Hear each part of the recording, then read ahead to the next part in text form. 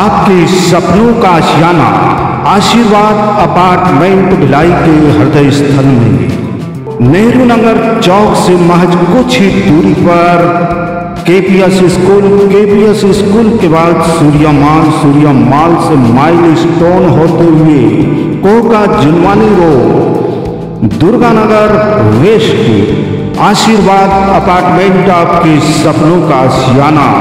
जी हाँ, आइए आपके सपनों का आशियाना आशीर्वाद अपार्टमेंट सर्व सुविधा युक्त parking, park, fire safety, lift, 24 घंटे पानी की सुविधा, प्राकृतिक वातावरण का आनंद।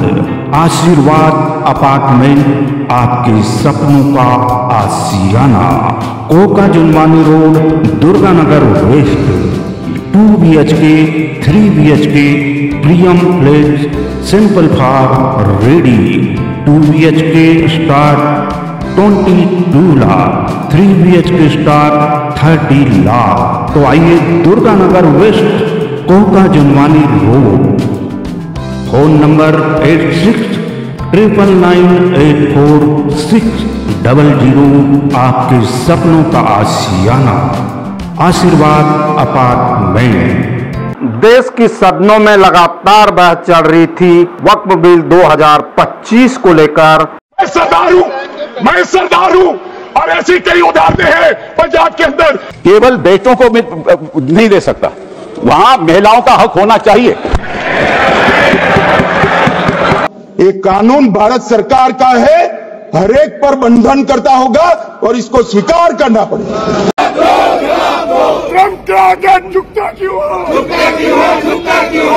नमस्कार, आप देखना शुरू कर चुके हैं न्यूज आप तक छत्तीसगढ़। पक्ष और विपक्ष के बीच में, साथ ही वक्फ बिल क्या है इसे जानिए। इसमें सरकार की ओर से क्या है, विपक्ष क्या चाहता है, खबर में जानिए। वक्फ बिल 2025 पर 13 घंटे चर्चा राज्यसभा में चली। इसके पूर्व लोकसभा से यह पारित हुआ और वहां पर सरकार ने बहुमत के आधार पर लोकसभा में वक्फ बिल को पारित कर दिया। उसके बाद राज्यसभा में यह बिल आया और यह 13 घंटे की लंबी चर्चा, वाद विवाद, नोक झोंक के बाद में 128 वर्सेस 95 वोट से राज्यसभा में यह बिल पास हो गया। मोदी सरकार वक्फ संशोधन बिल की परीक्षा में पास हो गई। वक्फ संशोधन बिल 2025 पहले लोकसभा से पास हुआ, अब दिन रात की चर्चा के बाद राज्यसभा से भी पारित हो गया। वक्फ बिल के पक्ष में 128 वोट पड़े, जबकि 95 सदस्यों ने इसके विरोध में वोट दिया। वक्फ बिल को कानून बनने में बस अब एक कदम की दूरी है। वक्फ बिल को संसद की मंजूरी मिल गई है। अब राष्ट्रपति की मंजूरी मिलते ही यह कानून की शक्ल ले लेगा। वक्फ अमेंडमेंट बिल 2025 को राज्यसभा से पास कराना मोदी सरकार के लिए सबसे बड़ी अड़चन थी, पर सरकार ने वहां से भी इसे बहुमत से अधिक संख्या बल पर पास करा दिया। राज्यसभा में दिन से देर रात तक क्या हुआ, कैसे यह बिल पास हुआ, चलिए पूरी कहानी को जानते हैं। राज्यसभा में 13 घंटे से ज्यादा समय तक चली बहस के बाद यानी शुक्रवार तड़के वक्फ संशोधन बिल 2025 को मंजूरी मिल गई। इसके साथ ही संसद में इस कानून पर अपनी मोहर लगा दी। विपक्षी दलों के विरोध के बावजूद नंबर गेम में मोदी सरकार जीत गई। राज्यसभा में कार्यवाही के दौरान विपक्ष ने वक्फ बिल पर कड़ा विरोध जताया। विपक्षी दलों ने इस विधेयक को मुस्लिम विरोधी और असंवैधानिक बताया।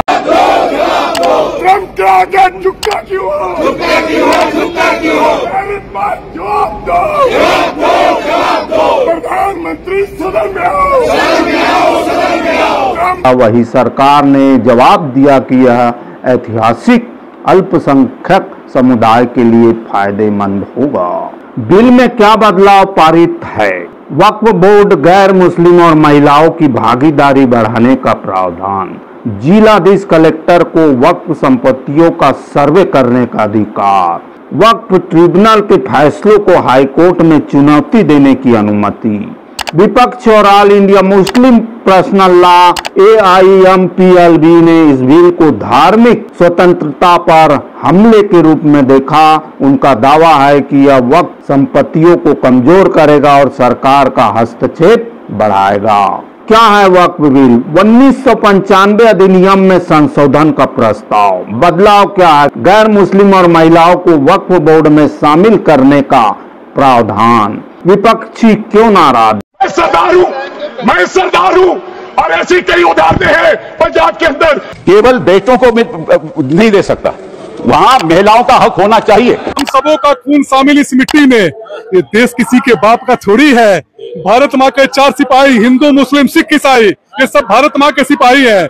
अरे मुसलमान वो थे APJ अब्दुल कलाम जिन्होंने मिसाइल को बनाया। धार्मिक स्वतंत्रता में दखल और वक्फ संपत्तियों को कमजोर करने का आरोप। सरकार का दावा, पारदर्शिता बढ़ाने और दुरुपयोग रोकने के लिए नया कानून जरूरी। AIMPLB का विरोध, इससे संविधान के अनुच्छेद 14, 25, 26 का उल्लंघन बताया। समर्थक कौन है? BJP, JDU, TDS, NDA के अन्य सहयोगी। विरोधी कौन है? Congress, Sapa, TMT, DMK, AIM और अन्य विपक्षी दल। लोकसभा में समीकरण, NDA के पास 293 सदस्य जबकि विपक्ष के पास 233। राज्यसभा में NDA के पास 115 सांसद। तो आपने सुना और देखा कि किस प्रकार से वक्फ बिल का समर्थन भी हो रहा है सरकार के द्वारा और विपक्ष के द्वारा तथा मुस्लिम संगठनों के द्वारा विरोध भी किया जा रहा है। वही सरकार की मानसिकता कुछ है, विपक्ष उसे अपने नजरिए से देख रही है। तो इन तमाम बहसबाजियों के बीच सदन में काफी तीखी बहस चली और बहस चलना भी था। लगातार बहस चलती रही। अंततः रात्रि में राज्यसभा से भी 128 और 95 के साथ यह बिल संख्या मत से पारित कर लिया गया। अब महज कुछ ही कदम की दूरी पर है। यह बिल राष्ट्रपति के पास जाएगा, वहां से मंजूरी के बाद यह लागू कर दिया जाएगा। यह कानून बनकर देश में लागू होगी। यह दोनों बिल जब लोकसभा के बाद राज्यसभा में आया, हमने बताया कि लोकसभा में भी पारित हो गया, उसके बाद राज्यसभा में आया तो पक्ष विपक्ष की ओर से काफी तीखी बहस हुई।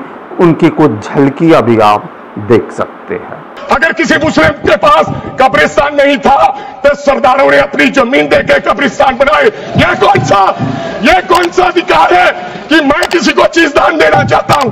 और इसको कौन बताएगा? रिजू साहब ये बताएंगे कि ये प्रैक्टिसिंग मुस्लिम है या नहीं है?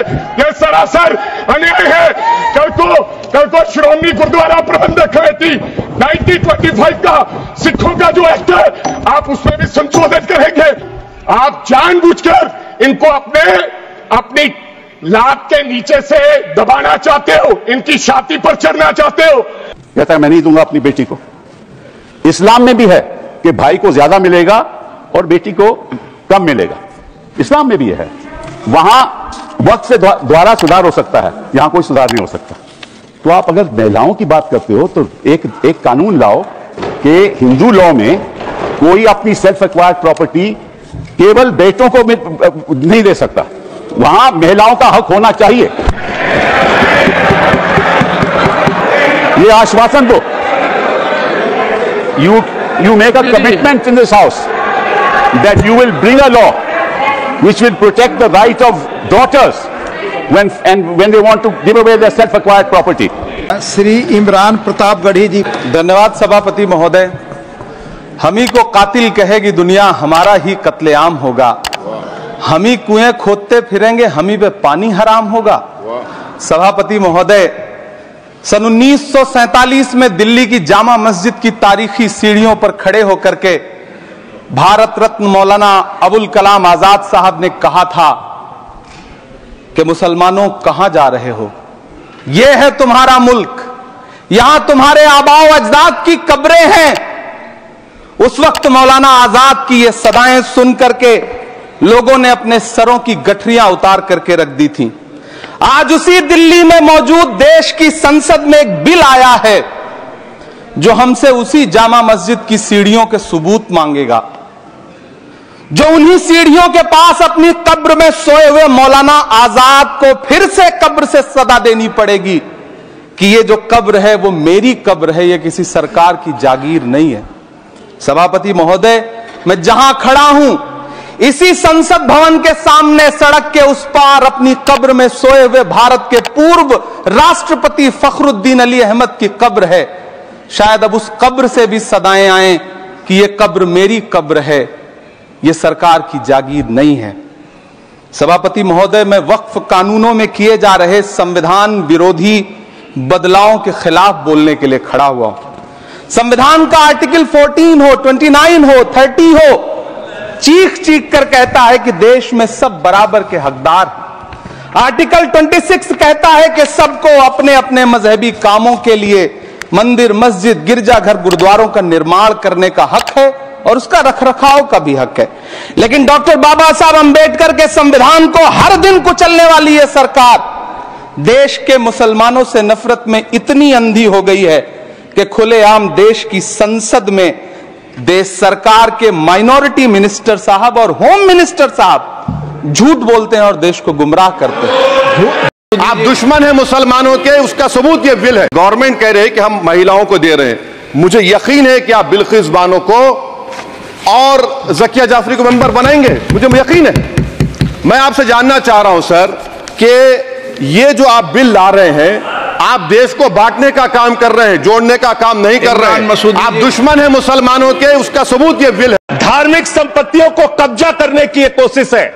इसलिए इस बिल पर न हिंदू को खुश होना चाहिए, न सिख को खुश होना चाहिए, न ईसाई को खुश होना चाहिए, न जैन को खुश होना चाहिए, न बौद्ध को खुश होना चाहिए, क्योंकि नंबर सबका आएगा। और आज वक्फ की संपत्तियां कब्जा करके आप अपने दोस्तों को देंगे, कल गुरुद्वारे की संपत्तियां कब्जा करके आप अपने दोस्तों को देंगे, फिर चर्चों की संपत्तियां कब्जा करके आप अपने दोस्तों को देंगे, फिर बौद्धों की संपत्तियां कब्जा करके आप अपने दोस्तों को देंगे, फिर जैनों की संपत्तियां कब्जा करके आप अपने दोस्तों को देंगे, फिर मंदिरों की जमीनें कब्जा करके आप अपने दोस्तों को देंगे।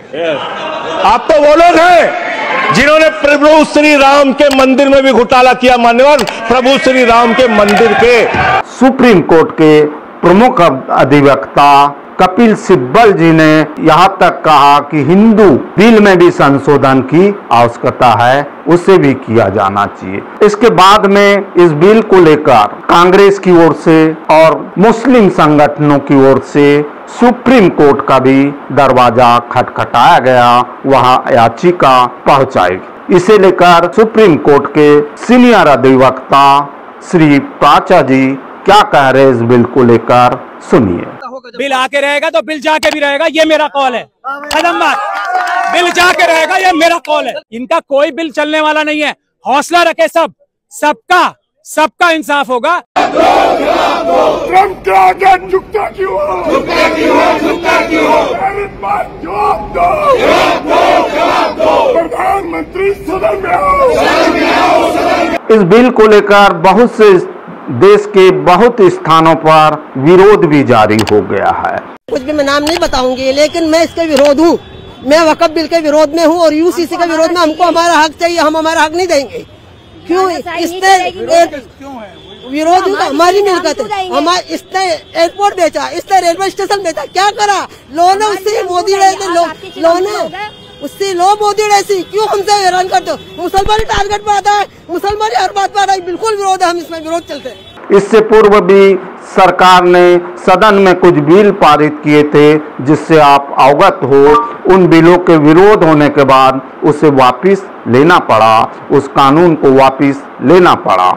अब देखना है कि इसका विरोध कितना बढ़ेगा, और विरोध बढ़ता है तो क्या यह कानून वापस होगी या अभी यह सुप्रीम कोर्ट में है। तो सुप्रीम कोर्ट जिस प्रकार से इस बिल पर याचिकाकर्ताओं ने याचिका लगाई है, तो उन्होंने कहा है कि कानून का उल्लंघन हुआ है। संविधान के अनुच्छेद को दरकिनार करके इस बिल को लाया गया है जिसमें एक समुदाय का हनन होगा, एक समुदाय को नुकसान होगा। इस बात को लेकर अब याचिकाकर्ताओं ने वहां याचिका लगाई है, वहां के भी फैसले का इंतजार होगा। अगर हमें जंतर मंतर पर भी 1 साल बैठना क्यों ना पड़ जाए, हम आपका पूरा साथ देंगे। सरकार आपका टेस्ट ले रही है, आपको इस टेस्ट में पास होना है और इस लड़ाई को केवल दिल्ली तक सीमित नहीं करना है, पूरे हिंदुस्तान के एक एक सूबे में लेके जाना है। अगला मोर्चा अगर जरूरत पड़े तो मलेरकोटले में लगाओ, लुधियाना में लगाओ और सारे हिंदुस्तान से जो मुसलमान भाई है वहां पर आए और हम सिख भाई जो हैं वो भी रल मिलकर आपका पूरा वहां साथ देंगे। केंद्रीय मंत्री अल्पसंख्यक मामलों के मंत्री किरण रिजिजू ने क्या कुछ कहा है, उसे भी सुनिए। जब प्रारंभ कर रहे हैं तो कुछ बातें शुरू में ही मैं रखना चाहता हूं ताकि डिबेट का स्तर भी अच्छा रहे, ऊंचा रहे, सदन का गरिमा भी बनाए रखे और तर्क सामने में आए और इस महान राज्यसभा के सदन में बहस जो है वो सार्थक रूप से हो और इस बिल को हम सब मिलकर के पारित करें। आदरणीय सभापति महोदय जी, ये ज्वाइंट पार्लियामेंट्री कमेटी जब बने हैं उसके बारे में मैं अभी जिक्र करूंगा। उससे पहले कमेटी बनने से पहले कई लोगों ने कहा कि इसका कंसल्टेशन जितना होना चाहिए था हुआ नहीं है। मैं इतना जरूर बताना चाहता हूं कि जब हम ये वक्त संशोधन बिल लेके आए और जेपीसी बनाया, उससे पहले हमारे अल्पसंख्यक मामलों का मंत्रालय ने व्यापक रूप से देश भर में जितने स्टेक होल्डर्स हैं, राज्य सरकारों से, माइनॉरिटी कमीशंस होते हैं स्टेट में, वक्फ बोर्ड होते हैं और वहां के ऑफिसर्स और इंटेलेक्चुअल कम्युनिटी से, धार्मिक संस्थाओं में जो लोग प्रतिनिधि करते हैं। डरते क्यों हो?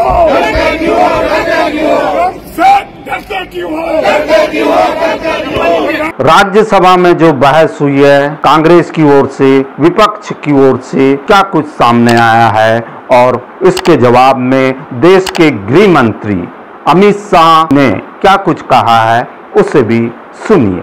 मान्यवर, मुझे ये बताओ कि अभी अभी फैशन है संविधान लहराने की, ये संविधान के हिसाब से सरकार का या किसी भी निजी संस्था का कोई भी फैसला मान्यवर कायदे की कोर्ट से बाहर कैसे हो सकता है? कोई भी फैसला हो, ये देश की अदालत वो फैसले तक रुचि नहीं रखेगी। नागरिक ग्रीवेंसेस लेकर कहां जाएंगे?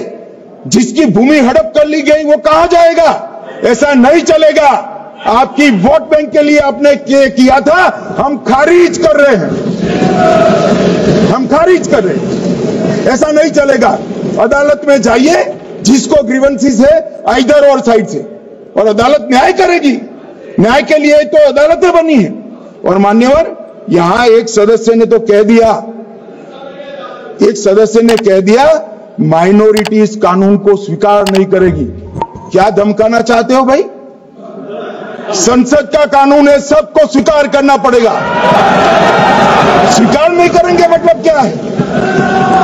कैसे बोल सकते हैं कोई? हम कानून को स्वीकार नहीं करेंगे। एक कानून भारत सरकार का है, हर एक पर बंधन करता होगा और इसको स्वीकार करना पड़ेगा। तो बहरहाल आपने देखा कि लोकसभा के बाद में राज्यसभा में भी वक्फ बिल 2025 पारित हो गया है और महज कुछ कदम की दूरी पर अभी यह रुका है। यह बिल अब राष्ट्रपति के पास जाएगा। राष्ट्रपति की मंजूरी के बाद यह बिल देश में कानून के रूप में काम करेगा। हमने कहा कि इसका विरोध भी जारी है और सुप्रीम कोर्ट तक बिल के विरोध में याचिका लग चुकी है। अब इंतजार करना पड़ेगा कि इस बिल का विरोध क्या होगा और सुप्रीम कोर्ट का फैसला क्या होगा, यह आने वाला कल बताएगा। लेकिन लोकसभा और राज्यसभा में यह बिल संख्या के आधार पर पारित हो चुका है। बहरहाल इस वीडियो में इतना ही, और वीडियो के साथ आपकी सेवा में हम पुनः उपस्थित होंगे। तब तक के लिए हमें इजाज़त दीजिए। वीडियो पसंद आए लाइक करें, शेयर और कमेंट सब्सक्राइब जरूर करें। हमें वेबसाइट पर, फेसबुक पर, इंस्टा पर, ट्विटर पर भी फॉलो कर सकते हैं। मैं जी सुरेश कुमार, न्यूज आप तक छत्तीसगढ़ के लिए कैमरामैन एडिटर यश दिवागन के साथ नमस्कार, जोहार। आपके सपनों का आशियाना आशीर्वाद अपार्टमेंट भिलाई के हृदय स्थल में नेहरू नगर चौक से महज कुछ ही दूरी पर केपीएस स्कूल के बाद सूर्या माल से माइल स्टोन होते हुए Coca Jinvani road, Durganagar west, Ashirwad apartment आपके सपनों का आशियाना। जी हाँ, आइए आपके सपनों का आशियाना आशीर्वाद अपार्टमेंट सर्व सुविधा युक्त, parking, park, fire safety, lift, 24 घंटे पानी की सुविधा, प्राकृतिक वातावरण का आनंद। आशीर्वाद अपार्टमेंट आपके सपनों का आशियाना, Koka Junwani road, Durganagar west. 2 BHK, 3 BHK, premium flat, simple for ready. 2 BHK start 22 lakh, 3 BHK start 30 lakh. तो आइए Durganagar west, Koka Junwani road. Phone number 8699984600। आपके सपनों का आशियाना आशीर्वाद अपार्टमेंट।